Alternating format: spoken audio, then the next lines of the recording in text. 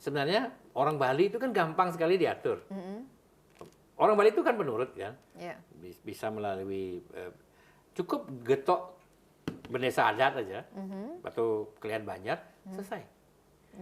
Masalahnya adalah mereka itu tidak percaya memilah sampah itu di ujungnya itu akan tetap terpilah. Jadi mereka sudah susah-susah pilah sampah, tahu-tahu datang sampai satu truk dimasukkan kemudian dicampur lagi. Karena pemerintah, mohon maaf ya, karena saat ini belum ada instalasi pengolahan sampah organik. Kalau masyarakat tahu bahwa sampah organiknya itu akan dikelola khusus, mereka pasti akan, saya yakin masyarakat Bali itu dengan sukarela akan memilah sampahnya dari sumbernya. Metro Bali Podcast. Selamat datang di Metro Bali Podcast. Iya, pertanggal 23 Desember 2025 dalam hitungan hari ke depan bahwasanya TPA Suwung akan ditutup. Apakah ini hanya sekedar isu sehingga membuat masyarakat Bali pada umumnya bertanya-tanya, iyakah demikian? Dan tentu sudah kita ketahui bersama bahwasanya ada aturan hukum yang harus dijalankan juga oleh pihak pemerintah sehingga TPA Suwung harus segera ditutup. Tidak hanya sederhana akhirnya berbicara tentang TPA Suwung, tapi berbicara tentang keberadaan sampah di Bali yang mana pada akhirnya di beberapa kabupaten kota hilirnya akan tiba di TPA Suwung. Apakah yang akan terjadi dengan sampah-sampah tersebut? Maka ini akan menjadi perbincangan yang sangat penting untuk masyarakat Bali. Tepatlah jika pada Metro Bali Podcast kali ini kita akan berbicara tentang hal tersebut. Siapakah narasumber saya yang akan kita ajak diskusi kali ini? Ya, telah hadir di studio Metro Bali. Beliau adalah Anak Agung Ngurah Panji Astika ST. Om Swastiastu, Pak Panji, atau mungkin populer beliau dipanggil Turah begitu, nggih. Ya, beliau adalah praktisi lingkungan, tapi tidak itu saja, tetapi beliau juga aktif dalam hal desain IPAL domestik dan komersial, kemudian juga ada mengenai bagaimana lingkungan ini akan terjaga, dan khususnya sekarang lagi rame nih tentang sampah. Apa kabar Turah? Baik, Bu Pansel. Kalau berbicara 23 Desember 2025, tinggal beberapa hari lagi. Dan masih kita ingat bahwa bencana di Kota Denpasar dan sekitarnya kemarin juga dikait-kaitkan dengan ditutupnya sementara TPA Suwung. Nah, gimana nih menurut Turah nih? Apa yang terjadi? Halo, apa kabar sampah di Bali? Iya. Ya Bu Pansel, jadi memang ini seperti buah si malakama ya untuk pemerintah. Di satu sisi secara aturan hukum itu bahwa open dumping atau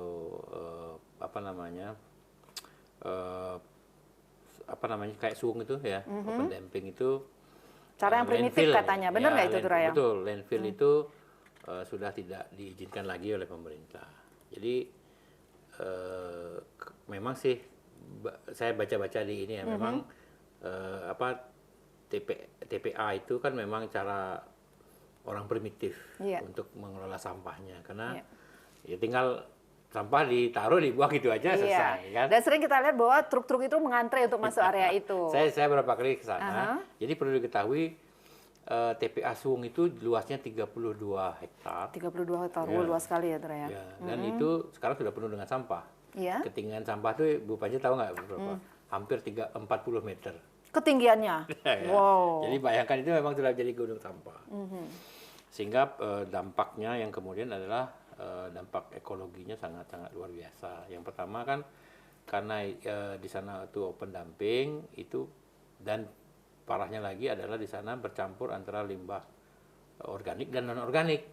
Nah, permasalahannya kemudian yang banyak yang menjadi masalah yang jangka pendek itu adalah organiknya, karena organik itu begitu waktu 24 jam dia sudah mulai mengalami pembusukan, sehingga di sana terjadilah proses pembusukan itu ya, menghasilkan gas karbon dioksida, gas metana, gas sulfur ya, H2S itu yang membuat itu menjadi bau kan. Dan itu merupakan gas rumah kaca. Gas metana itu kalau saya baca ya hampir 40 kali lipat berbahaya daripada gas karbon dioksida dalam rangka menghancurkan lapisan ozon. Padahal itu dari anorganik ya? Dari organik. Dari organik, oke. Ya, dari organik ya. Kemudian belum lagi air lindinya. Air lindi itu sampai ribuan kubik gitu. Air lindi itu, Apa itu? air lindi itu jadi pada saat terjadinya dekomposisi itu kan muncul menghasilkan air ini. Air ini yang kemudian meresap ke dalam tanah, sebagian melimpah ke permukaan sehingga bisa merusak lingkungan. Beberapa apa namanya kalau kita lihat itu yang dekat-dekat itu apa namanya pohon-pohon itu yang di rawa itu ya. Itu menjadi mati. Jadi memang Efeknya sangat berbahaya efeknya begitu sangat ya, Tra. besar Itu sekali. untuk anorganik begitu. Ya. Kemudian kehadiran sampah organik dan anorganik ini terkadang kan dibuat simple begitu, Tra ya. Udah simple, masukin plastik kita buang. Urusannya ya sudah. Ya. Gitu. Nah ini kira-kira gimana nih Tura? Kalau kita melihat kemudian sering juga kita melihat bahwa pemerintah sebenarnya kan tidak diam, sudah melakukan berbagai langkah. Sering kita dengar nih proyek sampah nih mesinnya gede nih, ini akan menghasilkan listrik nih. Kemudian ada juga misalnya ada insinerator seperti itu. Nah sebenarnya apakah masyarakat tidak bisa berperan dalam hal tersebut? Jadi begini Bu Panca, saya ingin sebenarnya merubah sedikit mindset, ya kan? Selama ini kan mindset kita tuh kalau kita ngomong sampah, pikiran kita langsung kepada sampah plastik, ya kan? Padahal sebenarnya masalah yang terjadi di Bali dan hampir di seluruh Indonesia itu bukan itu.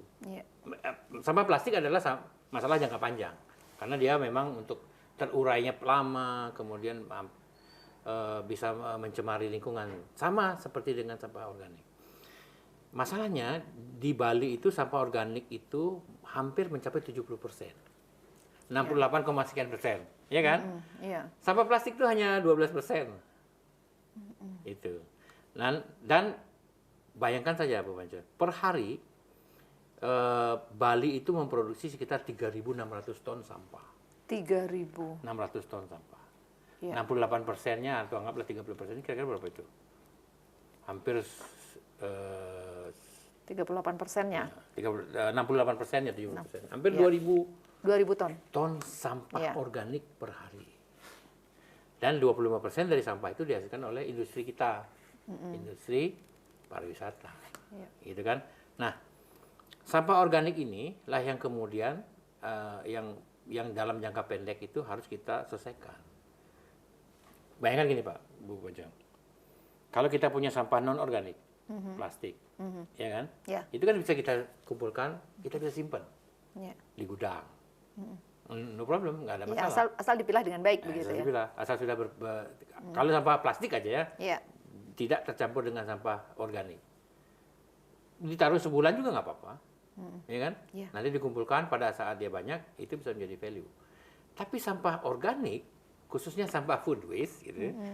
Jangankan seember, segenggam aja. Rasanya kita enggak untuk lihat nih di dapur aja malas untuk lihatnya. Begitu segenggam aja, dalam 12 jam dia sudah mulai bermasalah.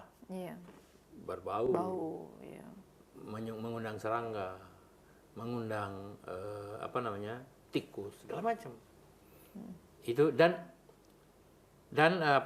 itu harus segera kita rasanya ingin musnahkan begitu. Buang sejauh-jauh mungkin gitu dan kan. secepat dan seaman mungkin biasanya nih kalau di ibu rumah tangga nih. Sehingga dan itu sebenarnya 70% dari sampah yang sudah ada di Bali ini. Sehingga saya ingin merubah mindset sekarang. Nah, kenapa nggak pemerintah fokus menangani masalah sampah organik? Karena kalau kita menyelesaikan sampah organik ini, sebenarnya 70% masalah sampah itu selesai. Jadi bisa dikatakan bahwa 70% ini yang terpenting sebenarnya sebelum kemudian mengalangkah pada yang 30% bagusnya lagi gini. Kalau kita fokus pada sampah organik, 70% masalah sampah ini selesai. Dan sisanya 30% itu bukan lagi masalah, tapi dia justru value. Kenapa? Karena dia bisa di-recycle. Banyak yang mau. Banyak yang menilai ada nilainya. Makanya di TPS 3R kenapa banyak masalah?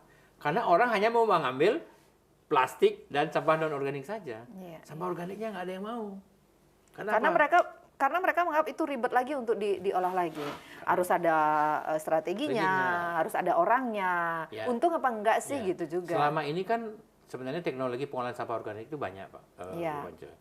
Ada namanya komposter, dibuat kompos.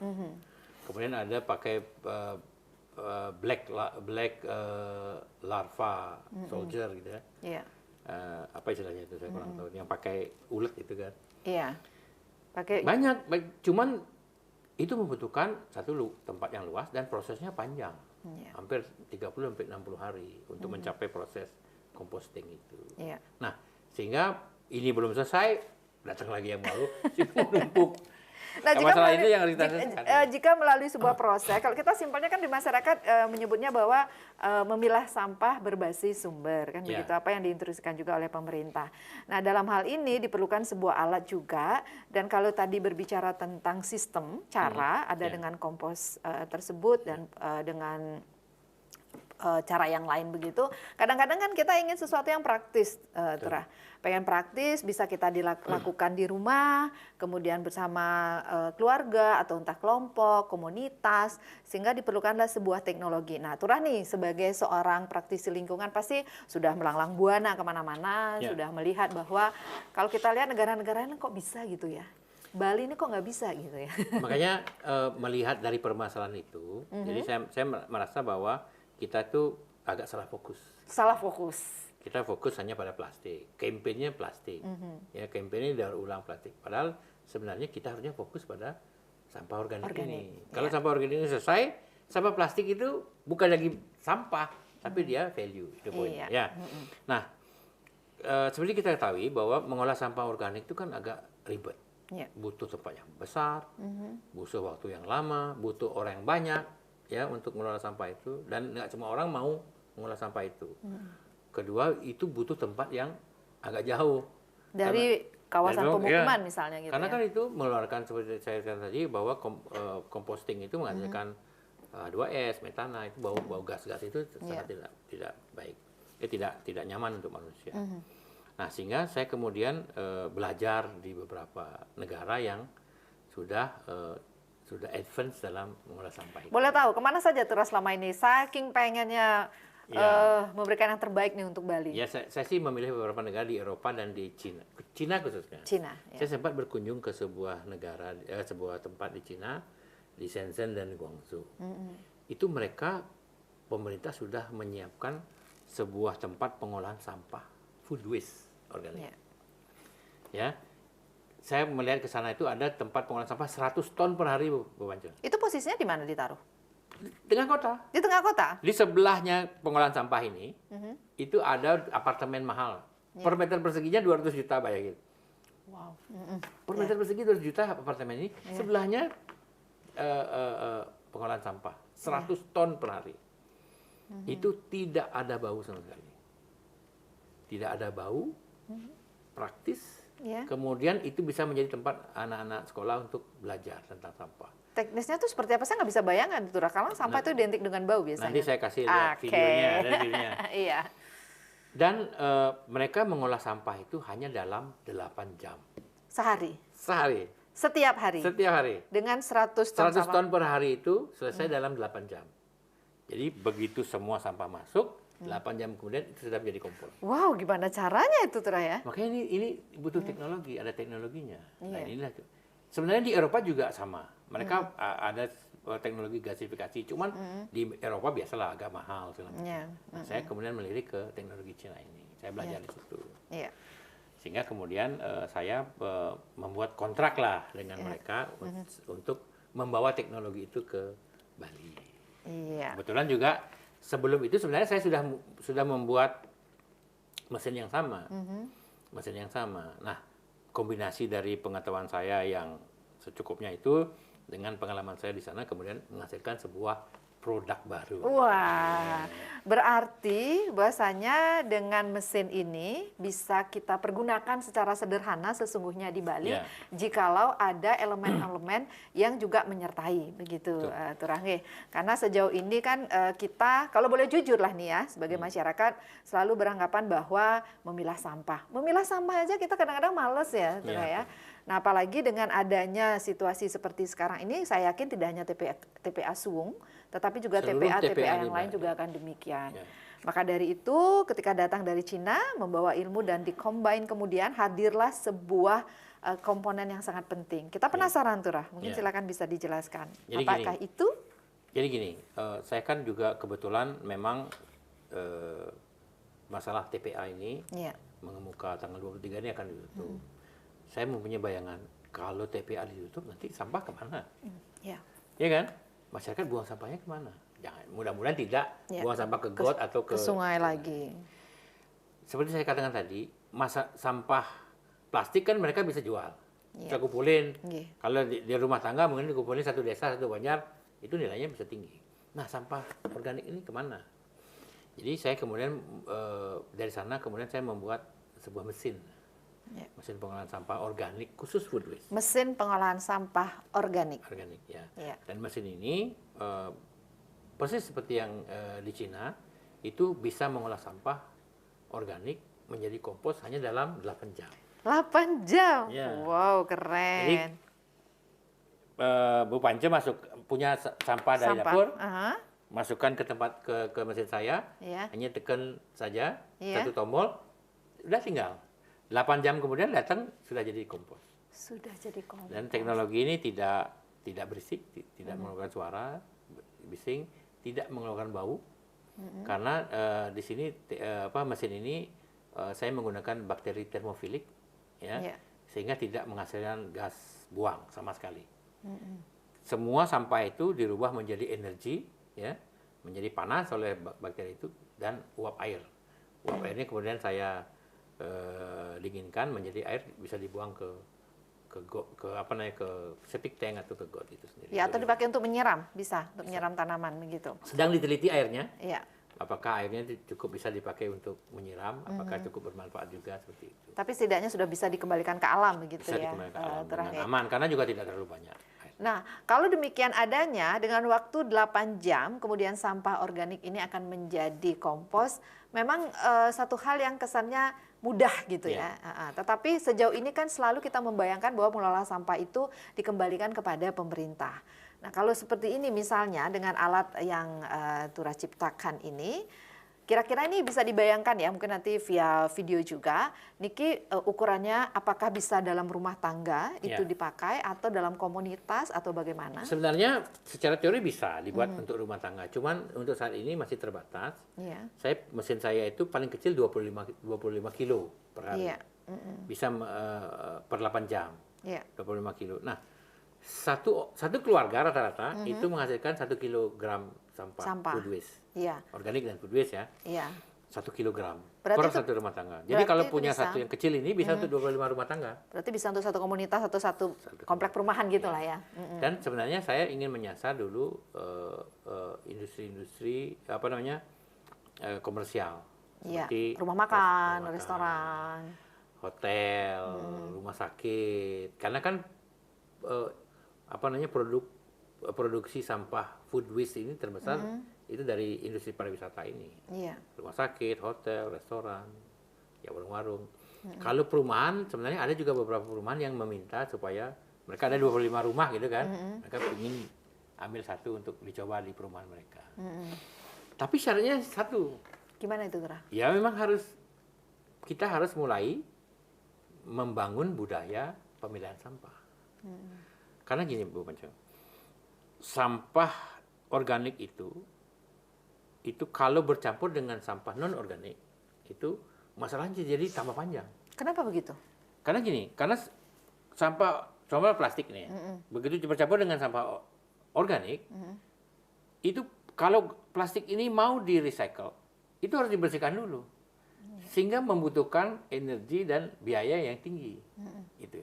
Tapi kalau dari awal dari rumah kita sudah terbiasa memisahkan sampah organik dan non organik, biaya untuk recycle sampah non organik ini menjadi lebih murah. Karena apa? Karena mereka tinggal recycle saja, nggak perlu melakukan pemilahan yang berat. Yang berat dari mengurus sampah di Bali dan di Indonesia sekarang itu kan adalah pemilahannya, ya kan? Karena butuh banyak orang, butuh orang-orang khusus, kan nggak semua orang mau ngurus sampah. Ya kan? Kemudian butuh biaya yang tambahan. Tapi kalau ini sudah terpilah, ini akan lebih gampang. Kalau menurut Tura sendiri, jikalau itu harus diawali dengan pemilahan sampah, sejauh ini kan berbagai usaha sudah dilakukan oleh pemerintah mengkampanyekan itu. Apa sih sebenarnya dari pandangan Tura yang menjadi kendala? Kenapa masyarakat enggan? Kemudian apakah diperlukan sebuah sanksi? Atau apakah sejauh ini menganggap bahwa masyarakat dipermudah gitu misalnya? Ini kira-kira gimana? Masalahnya adalah, ya sebenarnya orang Bali itu kan gampang sekali diatur. Orang Bali itu kan penurut kan, bisa melalui cukup getok bendesa adat aja, atau kalian banyak, selesai. Masalahnya adalah mereka itu tidak percaya memilah sampah itu di ujungnya itu akan tetap terpilah. Jadi mereka sudah susah-susah pilah sampah, tahu-tahu datang sampai satu truk dimasukkan kemudian dicampur lagi. Karena pemerintah, mohon maaf ya, karena saat ini belum ada instalasi pengolahan sampah organik. Kalau masyarakat tahu bahwa sampah organiknya itu akan dikelola khusus, mereka pasti akan, saya yakin masyarakat Bali itu dengan sukarela akan memilah sampahnya dari sumbernya. Saya pernah ke desa, di sebuah desa di Bandung ya. Saya lupa nama desanya. Saya pelupa orangnya. Saya ke sana, saya kagum. Di desa itu benar-benar 100% sudah memilah sampah. Karena apa? Karena setiap keluarganya itu diberikan tong sampah yang sudah terpilah, tempat sampah yang berbeda gitu, organik, organik gitu. Mereka dikasih tempat komposter. Ya sederhana ya. Tiap rumah tangga. Sehingga semua rumah tangga itu mengkomposting sampahnya. Kemudian sampah-sampah non organik yang kemudian dibawa ke TPS 3R untuk dikelola. Tapi kan tidak semua rumah tangga bisa melakukan composting. Ya karena repot, bau segala macam kan. Apalagi kos-kosan yang kecil-kecil gitu. Makanya kalau menurut saya pemerintah seharusnya sudah mulai menyediakan instalasi pengolahan khusus sampah organik. Karena sebenarnya kalau saya lihat nih ada aturannya. Iya, keputusan Menteri Lingkungan Hidup nomor 2569 tahun 2025. Oktober 2025 keluar bahwa memang pemerintah sudah harus berkonsentrasi tentang sampah organik. Karena seperti saya katakan tadi bahwa sampah organik ini penting sekali. Mindset kita itu harus di shifting ya. Jangan ngomong sampah itu sampah plastik itu penting lah. Tapi sampah plastik itu bisa di recycle. Yang nggak ada yang ngurus itu sampah organik. Pemerintah sekarang harus mulai fokus bagaimana menyelesaikan sampah organik. Dengan menyelesaikan sampah organik, 70% masalah sampah kita itu sudah selesai. Sering dibayangkan bahwa sampah organik itu identik tidak ada kaitan sama permesinan begitu, perteknologian gitu ya. Sering kita membayangkan bahwa kalau organik itu kita akan kembalikan ke alam. Contoh misalnya tebe kuno atau tebe modern. Jadi kita sering membayangkan, termasuk saya barangkali ya Turaya, selalu membayangkan bahwa kalau udah sampah satukanlah dia dengan alam, dibuanglah dia di alam kembali begitu. Jadi baru kali ini nih di Metro Bali kita tahu bahwa sampah organik ini bisa disatukan dengan teknologi. Nah ini saya terima sebuah produk ya untuk penonton Metro Bali Podcast. Saya melihatnya ini kayak mesin cuci. Ya persis. Dan ini canggih. Touchscreen dan bisa dikontrol dengan handphone. Oh begitu. Ada IoT. Iya. Bisa sih dibuat sederhana untuk di desa, saya bikin yang simple. Tapi saya ingin membuktikan bahwa mengolah sampah itu harus dengan teknologi. Dan kita bisa membuat setara dengan di luar negeri lah. Yang di luar negeri. Nah ini akan lebih mudah jikalau kita tahu, kalau istilah-istilah kan banyak ya Turaya dan juga penonton Metro Bali Podcast. Kita ingin tahu nih bahwa produk ini yang bentuknya seperti ini, mungkin nanti ada videonya juga. Kita pengen tahu nih namanya apa gitu ya. Ini namanya Bio Waste Digester. Automatic Bio Waste Digester. Dan tidak itu saja, pasti ada nama khusus nih untuk produk yang telah Turah ciptakan. Boleh Saya nih? namakan ini Somia. Somia. Karena kan nyomia itu. Bisa dijelaskan lebih detail sekarang nih mengenai Somia ini sendiri. Somia ini adalah sebuah alat yang kita sebut sebagai waste yang mengolah waste menjadi value. Dari sampah menjadi sesuatu yang lebih bernilai. Jadi sampah ini kalau kita kelola, masuk ke dalam mesin ini, 95% sampah ini berkurang. Jadi kalau kita masukkan 100 kilo, dalam 8 jam itu dia hanya jadi 5 kilo saja. Jadi setengahnya gitu ya? 5 kilo, 5% aja. 5% Ya, aja. 5-10% lah. Tapi 5 kilo ini 5 kilo yang bernilai karena dia jadi kompos. Kompos ini kemudian kita bisa pakai untuk di kebun, di pertanian. Apa namanya bisa dipakai kemudian sebagai apa istilahnya? Bukan pupuk ya. Kalau pupuk salah nanti pupuk ada izinnya. Jadi semacam memperkaya tanah lah. Seperti kompos lah, seperti kompos biasanya. Dan yang penting kan adalah mesin ini menjadi sebuah jawaban untuk permasalahan yang kita punya. Bahwa kalau nanti TPA ditutup, itu gimana cara mengatasinya? Ya mesin ini salah satunya. Dalam skalanya tertentu. Dalam skala kecil kita masih produksi di Indonesia yang 100 kilo ke bawah. Tapi yang 100 kilo ke atas sampai 100 ton pun, 300 ton pun per hari kita bisa pasang. Itu teknologinya kita masih produksi di China. Di China ya. Kalau saya ingin membahas sedikit. Silakan. Oke. Yang seperti tadi, apakah sampah organik ini, sampah food waste ini bisa kita kelola dengan cara yang sederhana? Ya bisa. Contoh dengan tebe itu dikembalikan ke alam. Cuman masalahnya adalah dalam skala kecil dia tidak masalah. Iya kan? Seperti saya kata tadi, kalau kita melakukan composting itu terjadi pembusukan. Keluar H2S, keluar gas metan, menghasilkan licin, menghasilkan air lindi. Air lindi ini kalau kemudian menyerap ke dalam tanah, itu menjadi polutan. Bisa mengotori di sekitarannya juga. Air bawah tanah itu. Bisa mengotori sumur-sumurnya. Kalau dulu zaman dahulu mungkin bisa ya, karena kan orangnya sedikit. Tebonya jauh dari pemukiman kan. Dulu kan Tebo itu nggak di sebelah kita. Jauh lah, jauh Tebo itu. Sehingga kalau kita melakukan composting itu alam itu masih mampu untuk memfilternya. Tapi dengan perkembangan manusia sebanyak ini, apalagi 3.600 ton per hari, kalau itu kita composting dengan cara-cara yang tradisional, wah itu bisa menjadi bencana ekologi. Itu bisa kita lihat di TPA Suwung. TPA Suwung itu menghasilkan limbah lindi beratus-ratus kubik per hari.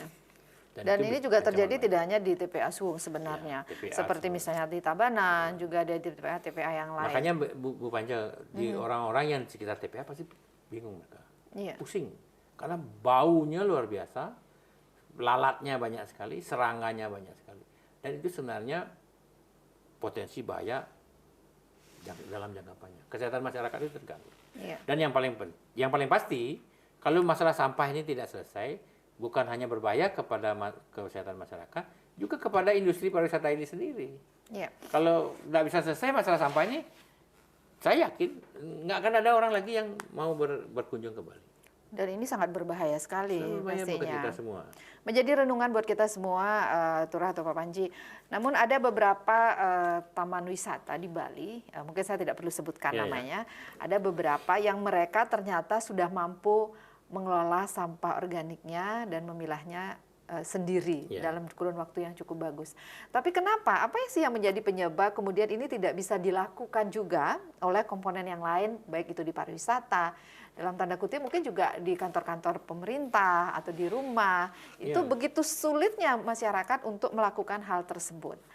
Seperti saya sampaikan tadi, Bu Panjo, untuk melakukan pengolahan composting sampah dengan cara tradisional, kita butuh tempat yang luas, ya kan? Butuh orang yang banyak. Kemudian butuh tempat yang khusus. Kalau di taman-taman wisata kan dia luas, dia bisa taruh di suatu tempat yang baunya nggak kecium kemana-mana. Tapi bagaimana dengan perumahan, perkantoran, hotel? Kita tahu hotel di Bali itu kan kecil space-nya. Kalau mereka melakukan composting, di mana mereka bikinnya? Nggak mungkin gitu. Sehingga satu cara adalah ya kita harus aplikasikan teknologi ini. Bersama teknologi Somya, saya melihat bahwa ini sebuah solusi cerdas. Sederhana tapi cerdas. Kalau kita melihat, apalagi siapa sih yang nggak tahu Tura Panji ya? Beliau juga adalah owner dari PT Amanite. Kalau saya lihat dari profil beliau, izin ya. Jadi beliau ini juga adalah desain IPAL domestik dan komersial dan juga banyak sekali aktivitas beliau tidak hanya di teknologi lingkungan, pariwisata berkelanjutan dan juga banyak hal. Jadi sudah melihat percis ya bagaimana. Ternyata limbah itu kan tidak hanya limbah cair tapi juga limbah padat yang sangat berbahaya. Kalau limbah cair saya yakin deh PT Amanite sudah menguasainya. Saya 25 tahun sebagai ketua dalam bisnis IPAL ya, instansi pengelolaan limbah. Dan mungkin satu-satunya orang Bali yang nggak tahu sekarang ya, yang membuat apa namanya IPAL ya? Dengan memakai FRP ya, fiber reinforced plastic. Dan kebetulan saya memang diminta oleh teman-teman para produsen IPAL nasional seluruh Indonesia sebagai ketua IPALindo. Dan itu berarti bahwa kalau sudah berapa tahun tadi itu 25 tahun. Berarti sudah menguasai betul bahwa limbah cair itu sudah terproses dengan baik. Dan tapi masih perlu banyak belajar. Iya, pastinya sudah sukses melewati itu. Dan kini kita songsong dengan limbah limbah padat. Karena saya melihat urgensinya limbah padat ini harus memang segera diselesaikan. Iya, kalau kita lihat ini PR besar ya Tuna ya. PR besar dan kita hampir tidak punya waktu sebenarnya lagi untuk berpikir. Saya nggak bisa bayangkan masyarakat Bali atau penonton Metro Bali juga sulit membayangkan kalau memang benar nanti 23 Desember ini TPS Sung akan ditutup. Galau nih kita mau gimana? Ya, ini bisa menjadi bencana ekologi. Wah, saya nggak bisa bayangkan itu ya. Nah, kembali lagi nih ke teknologi Somia yang Tura ciptakan sebagai sebuah solusi cerdas. Kalau saya lihat nih dari gambar dan lain sebagainya ini, mungkin bisa berikan kami penjelasan gitu, akan menjadi imajinasi yang sangat kuat untuk kita. Jadi rasa ingin tahu itu kan biasanya harus direalisasikan dengan sebuah ciptaan. Mungkin bisa sedikit dipaparkan segmen demi segmen dari produk Somia ini, Tura. Jadi gini, teknologi ini sebenarnya teknologi yang sederhana. Iya. Hanya kemudian di upgrade dengan mechanical system dan electrical system. Jadi poinnya begini, sampah organik itu kan sebenarnya makanan, sisa makanan kan. Dan sisa makanan ini sebenarnya secara natural dia bisa hancur oleh bakteri. Cuman kita memakai bakteri ini, yang kita pakai adalah bakteri yang namanya thermophilic. Thermophilic bakteri ini bekerja dengan cepat dan dia hanya bekerja pada temperatur tinggi, di atas 70 sampai 80 derajat Celcius. Biasanya bakteri thermophilic ini bisa ditemukan di daerah vulkanis gitu ya, dekat-dekat lahar itu. Nah, bakteri ini sangat efektif untuk merubah makanan menjadi produk kompos ya. Dan dia bekerja dengan sangat cepat sehingga dalam 8 jam itu makanan itu bisa habis dikonsumsi oleh bakteri. Ini menjadi energi untuk mereka bermultiplikasi kan. Bakteri ini kayak orang lah, jadi kan dia butuh energi untuk berkembang biak, dan berkembang biak itu dia butuh makan sehingga dia makanlah sisa-sisa makanan ini menjadi kemudian dia menghasilkan kompos ini kemudian. Iya. Terkesan sederhana begitu ya, tetapi di sini kan ada komponen lain yang diperlukan, ada energi listriknya. Ini kan pakai listrik ya. Betul. Kemudian juga kalau kita membayangkan bakteri ini kan makhluk hidup gitu. Nah, ini bakterinya dari mana asalnya? Gimana cara mencarinya? Bakteri ini sebenarnya sudah ditemukan oleh beberapa partner kita gitu. Dan bakteri ini yang kita pakai. Kita ada ada bakteri yang memang dari luar negeri yang sudah ada patennya, ada juga bakteri yang ditemukan oleh teman-teman di sini. Mungkin saya belum bisa sampaikan siapa orangnya. Iya, orangnya tidak perlu, yang pasti tahu bakterinya gitu ya. Yang jelas semua dari A sampai Z itu kita bisa buat di Indonesia. Di Indonesia. Nah, berbicara mengenai bakteri ini, Teraya, ini bentuknya itu dalam bentuk kemasan atau bagaimana? Misalnya nih, saya mau beli nih mesinnya gitu kan. Jadi saya beli mesinnya, bisa sama imajinasi saya sama kayak mesin cuci gitu lah ya. Itu kan bisa diisi deterjen dan lain sebagainya. Ini include gitu atau gimana? Nanti ada deterjennya. Ada kayak semacam deterjennya dia, kayak rinso, kayak gitu kan, nanti tinggal dituang aja. Dan itu hanya sekali. Sekali tuang, Selama itu dia masih ada, sisanya dia akan terus tinggal dimasukkan aja. Jadi simpel ya? Simpel. Jadi ini mesin ini kita masukkan. Iya, Dan sampahnya. setiap hari kita masukkan aja. Jadi dia sudah berkembang biak secara Berkembang di situ, alamiah gitu nanti ya. masuk 20 kilo ya, Iya. tinggal 5%-nya. Iya. Nanti besok masukkan lagi tinggal 5%. Sampai pada suatu saat kita lihat udah penuh nih, mungkin kisarannya antara 20 sampai 30 hari. Baru kita panen. Iya. Nah, pada saat panen kalau kita ambil semua habis, ya kita masukkan bakteri baru. Tapi kalau tidak, sisa itu masih bisa Bisa kembang lagi gitu ya. Lagi. Nah, kemudian kalau melihat komponennya lagi ini ya, spesifikasinya. Ya. Ini keren banget nih, Turaya.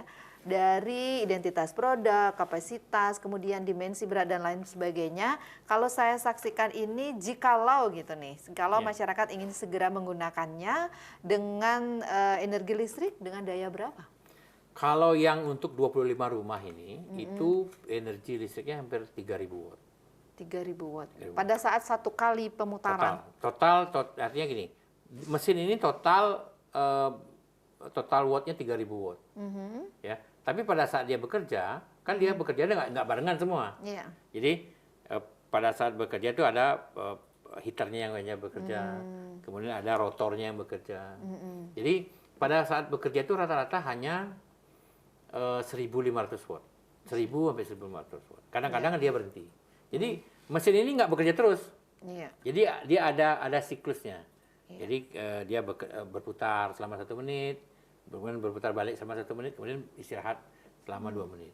Gitu. Jadi dalam rangka dia bekerja dalam 8 jam ini sebenarnya total mesin ini bekerja hanya 4 jam. Jadi tidak membutuhkan energi yang terlalu banyak. Tapi tetap butuh energi, gitu kan? Tapi bayangkan kalau mesin ini dipakai oleh 25 kepala keluarga, saya rasa tidak terlalu berat gitu ya. Dan ini bisa dikembangkan tidak hanya untuk itu. Kita juga punya mesin yang bisa dipakai untuk skala Banjar, skala desa TPS 3R, ya, bahkan skala kota pun ada.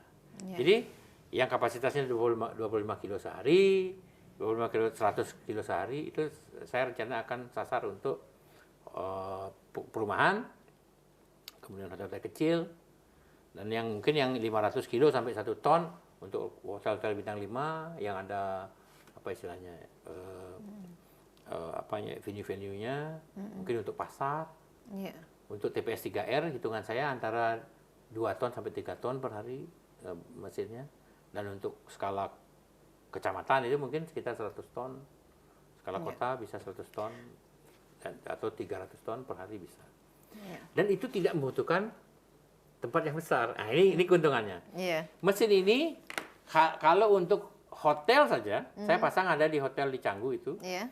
Itu 120 kamar, hanya butuh tempat 3 kali 3 meter. 3 kali 3 meter. Jadi sangat kecil sekali. Dan itu dipasang di basement, tidak ada bau sama sekali. Bahkan mungkin orang nggak tahu nih Nggak apa tahu. gitu ya. Kalau orang ke sana nggak tahu itu kalau ada tepulan sampah. Karena hanya 3 kali 3 meter, tidak ada bau, tidak ada suara. Orang nggak tahu.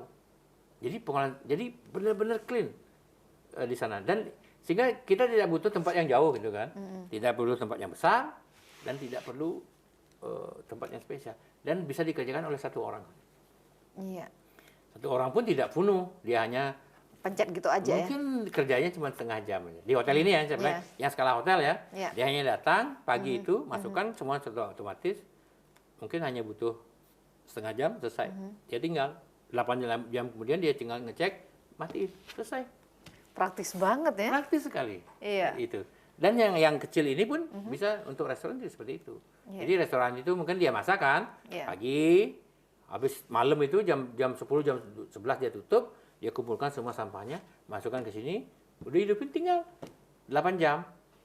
Kalau jam 11, jam 8 jam, jam 9 pagi, dia cek lagi, oh udah selesai, matiin aja. Habis itu dia kerja lagi, malamnya masukin lagi, selesai. Sesimpel itu. Sesimpel itu. Simpel banget ya Turah ya.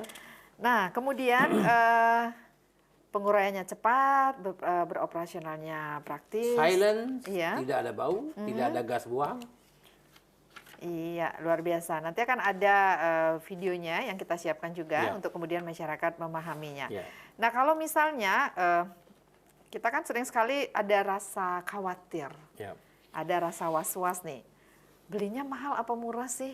Nanti kalau misalnya kita belinya mahal, bagaimana garansinya? Ya. Apakah ini produk build up atau memang dibuat di sini oleh Putra Bali, Ya. Putra Panji yang produksi ini kan menjadi kebanggaan buat kita semua. Mungkin bisa dijelaskan kepada penonton Metro Bali gimana nih Ya. caranya? Jadi seperti saya katakan tadi, kita ada 2 produk. Ya. Satu produk yang diproduksi di Bali Ya. dan rencana kami akan kalau memang nanti ini menjadi produk mass produk, itu kita sudah mau kerjasama dengan sebuah pabrik di Tangerang. Jadi nanti diproduksinya di Tangerang. Kedua, untuk yang besar-besar skala 500 kilo sampai 300 ton per hari itu kita masih produksinya di China dengan partner kami di China. Tapi mereka juga willing untuk melakukan transfer teknologi. Kalau memang dibutuhkan nanti dibuat di Indonesia, kita buat pabriknya di Indonesia untuk skala yang besar. Iya. Itu. Kedua, jangan khawatir dengan ini karena mesin ini kita garansi selama setahun penuh. Artinya kalau ada apa-apa ya kita garansi. Tapi setelah setahun itu ya tentu maintenance segala macam ada di. Jangan khawatir lah, karena ini hasil kerja putra daerah Bali, lah, putra daerah gitu. gitu ya. Nah, masalah harga, mahal itu kan relatif. Iya, mungkin harga nanti aja deh ya. Ya, mahal itu relatif. Iya. Bayangkan kalau ini, contoh nih perumahan, 25 kepala keluarga. Urunan gitu ya. Dalam hitungan saya itu, mungkin dalam 2-3 tahun sampai 5 tahun, Masih aman ya. artinya sudah kembali modal. Kembali modal ya. Nanti selanjutnya itu sudah mereka mengolah sampah itu dengan gratis. Iya, tidak galau lagi bagi ibu-ibu rumah tangga, keluarga, bingung nih buang sampah kemana. Kalau rumah kita tuh kotor, nggak ada yang ngambil, bayar berapapun kita mau untuk buang sampah, biar sampah itu nggak ada di rumah kita aja kan. Iya, bener banget itu. Karena makanya saya bilang begini, khususnya juga untuk skala pemerintah ya. Investasi ini kalau di compare dengan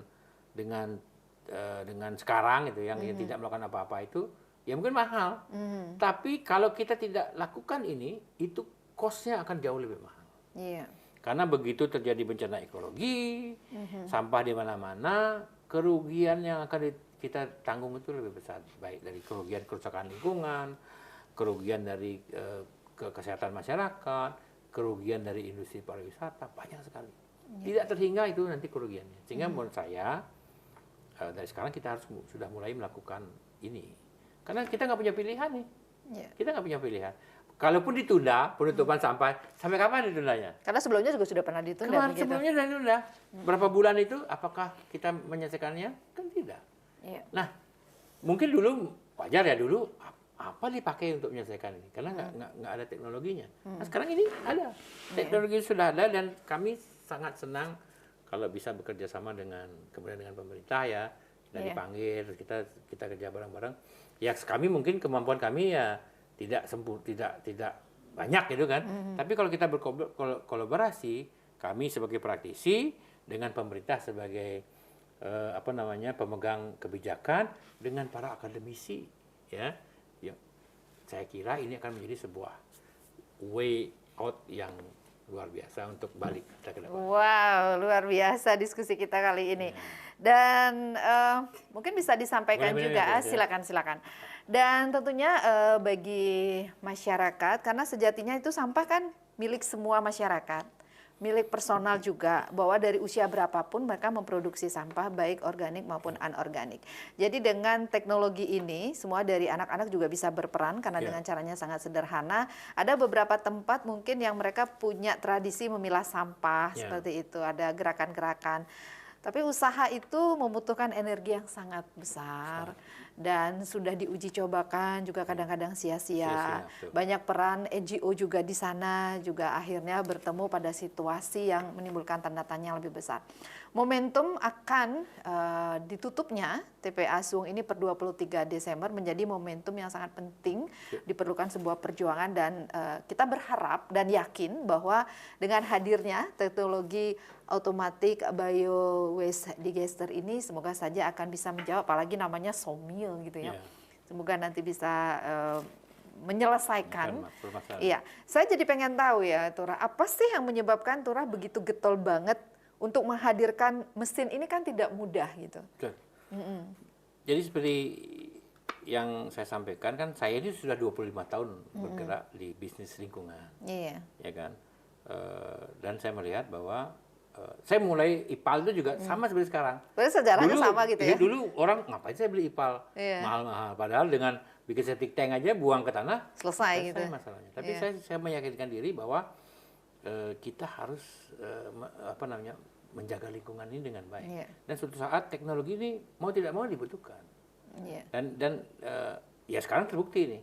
Tanggal 23 ini saya yakin semua orang akan pusing, termasuk hotel, semua pasti pusing. Iya. Mau buang ini sampah kemana? Iya. Ya kan? Kalau sampah plastik mereka bisa Recycle gitu. recycle, bisa taruh dan banyak orang yang mau. Sekarang itu kebutuhan sampah plastik itu justru kurang. Karena kebutuhan sampah recycle untuk plastik itu banyak sekali. Iya. Tapi 70% yang lainnya yang membuat masalah ini, yang bau segala macam, ini mau dibawa kemana? Dan ini saya kira menjadi salah satu. Saya lebih baik gimana ya? Saya tidak begitu tertarik untuk mengkritisi. Iya. Lebih baik berbuat, berkarya. Saya lebih baik memberikan solusi. Iya. Ya, kan? Ya kritik itu juga penting lah. Iya. Untuk Untuk masukan Tapi membangun. kadang-kadang kan yang mengkritik kan sudah banyak nih. Orang-orang yang melakukan tugasnya.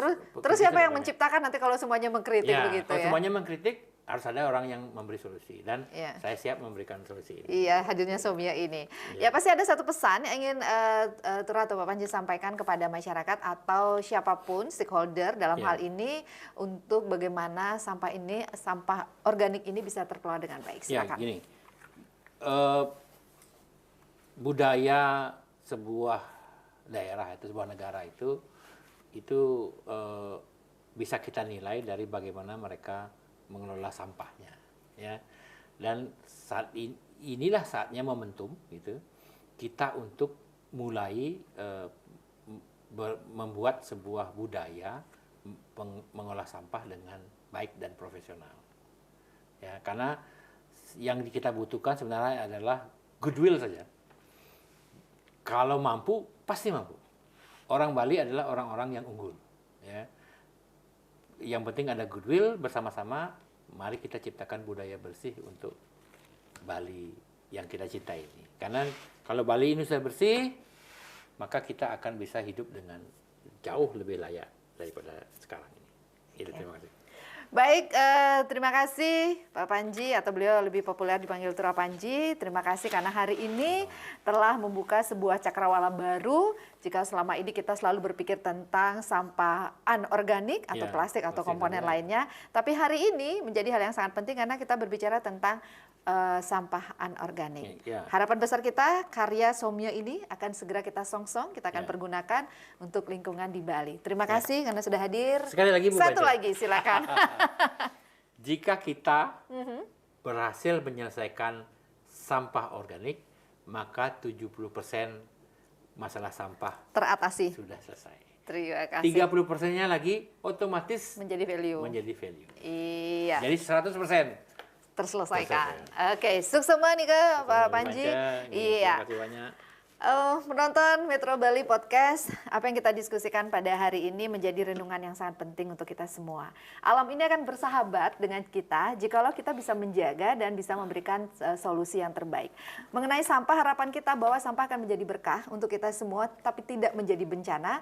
Sampah akan menjadi komponen yang bisa kita kelola dengan baik. Siapakah yang bertugas? Tentu saja kita sebagai masyarakat Bali dan peran serta dari semua komponen, demikian juga pemerintah. Yuk kita bersinergi dan saatnya kita menuju sebuah teknologi baru, teknologi yang lebih praktis. Terima kasih Somia sudah hadir.